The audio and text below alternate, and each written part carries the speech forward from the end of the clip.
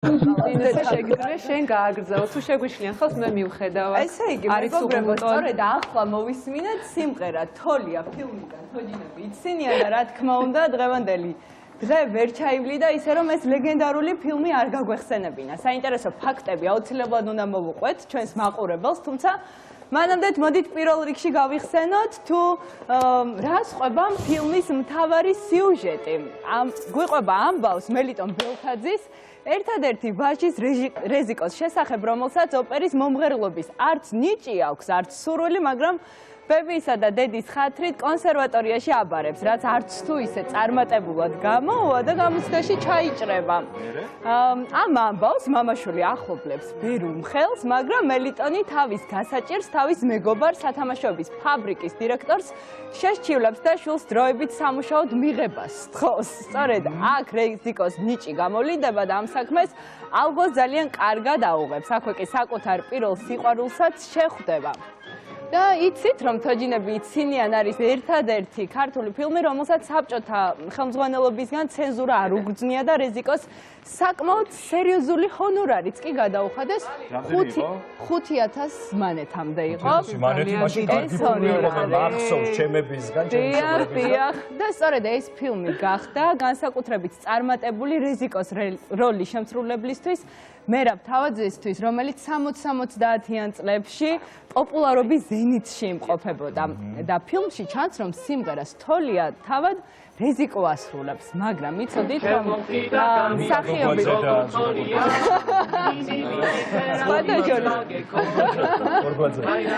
სხვათა შორის მერაბ თავაძე ერთ-ერთ ინტერვიუში აღნიშნავს, რომ ძალიან მინდოდა მართლაც მე მემღერაო, მაგრამ ორერას ბიჭებთან ერთად ვერ ვიმღერებდიო და გეტყვით, რომ თოლიას რეალურად სწორედ ორერა და რობერტ ბარძიმაშვილი ასრულებენ.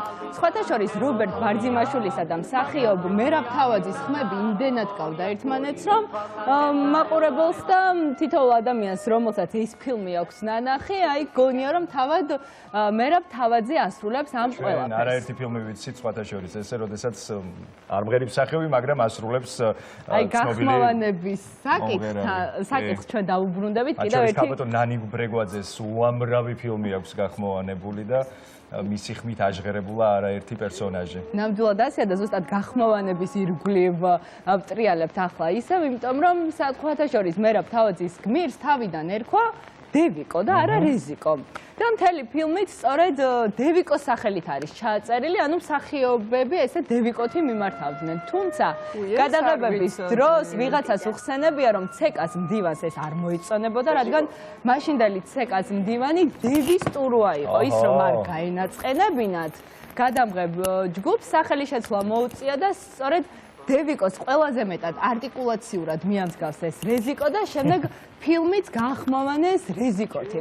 და იქამდე კიდევ სანამ რეზიკოს როლზე მერაბს დაამტკიცებდნენ 7-8 მსახიობი უკვე შერჩეული ყავდათ და როგორც მსახიობი ერთ-ერთ ინტერვიუში იხსენებს ამ ფაქტმა ცოტათი შეაშინა კიდეც და სინჯების გავლა ფილმში მას ოჯახის წევრებთან მოუწია და შეგახსენებთ რომ რეზიკოს მამის როლს იპოლიტე ხვიჩი ასრულებდა დედას მარინე თბილელი, ხოლო ბებია სესილია თაყაიშვილი. სწორედ სინჯების გავლა გართულდა ერთი მარტივი მიზეზის გამო, აბა თუ მიხვდებით, მერაბს რაზე ეცინებოდა ხოლმე. იპოლიტე სადაც იქნებოდა იქ პანაშვიდებზეც კი ვერ მიდიოდა, ეს ცნობილი ფაქტია, იმიტომ რომ იმილს იწევდა. ნამდვილად ასე იყო, ნებისმიერ ქცევაზე ეცინებოდა, დავინახავდი თუ არა სიცილი მიტყდებოდაო და სხვათა შორის რეჟისორი ნიკოლო სანიშვილი ამ ფაქტს არაერთხელ გაუბრაზებია უშუალოდ გადასაღებ მოედანზე. ფილმში კი რეზიკოს პარტნიორი ლალი, ანუ მეგი კეჟერაძე გახლავთ, რომელიც რეალურად მსახიობის სულაც არ არის და რეჟისორმა ნიკოლო სანიშვილმა ის ინსტიტუტში შეამჩნია, გადაღებების პროცესში მას ყავდა შეყვარებული, რომელიც თურმე ცოტათი ეჭვიანობდა კიდევაც მერაბზე და მსახიობს ყოველთვის უწევდა იმის მტკიცება, რომ ეს მხოლოდ როლი იყო და რეალურ ცხოვრებაში არ უყვარდა და ძალიან რთულად აღსაქმელი იყო და მსახიობის პროფესია განსაკუთრებით ქალბატონების და სხვათა შორის არაერთხელ ყოფილა ისეთი დაძაბული მომენტებიც და გარჩევებით თურმე ამ ამბის გარშემო. ფილმში არის ერთი ეპიზოდი, როცა კონსერვატორიის ლექტორს მიიპატიჟებენ ოჯახში, სადაც ერთი შეხედვით არაჩვეულებრივი სუფრა არის გაწყობილი, მაგრამ ეს სუფრა თურმე რამდენჯერმე გაიშალა, მიზეზი კი ის გახლდათ, რომ სანამ რეჟისორი გადაღებას დაიწყებდა ამ სცენის მსახიობები მანამდე ჭამდნენ ამ გემრიელ კერძებს და ამის გამო რამდენჯერმე გახდა სუფრის ხელახლა საჭირო.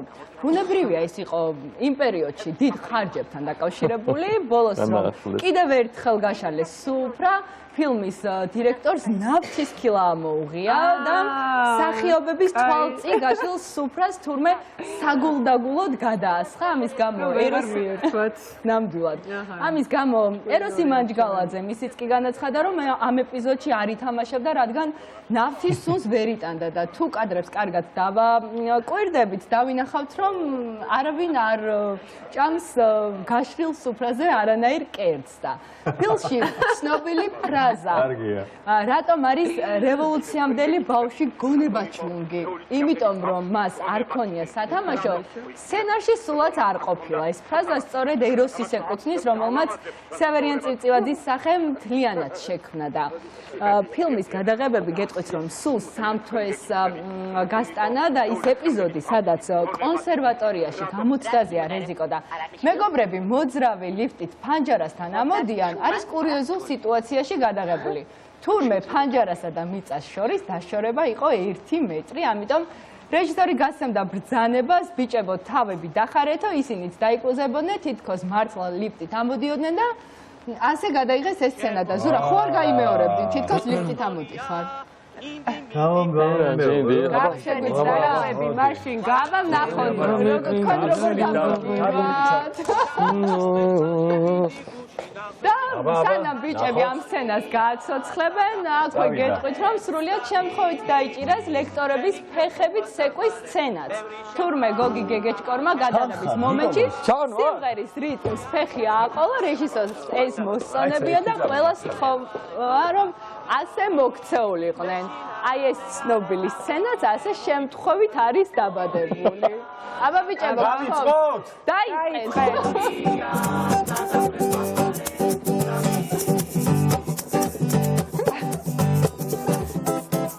შემოხდი და გამიბრინდი როგორ სწორია ინდი ვინდი ფერაჩინდი ვაკე ქონია ვაირაუსებ გამიბრინდი რა შორსახვედი ჩამიტოვე თვალში ბინდი შინაღველი სადახარ თორია სადაფრეს Pani reklamis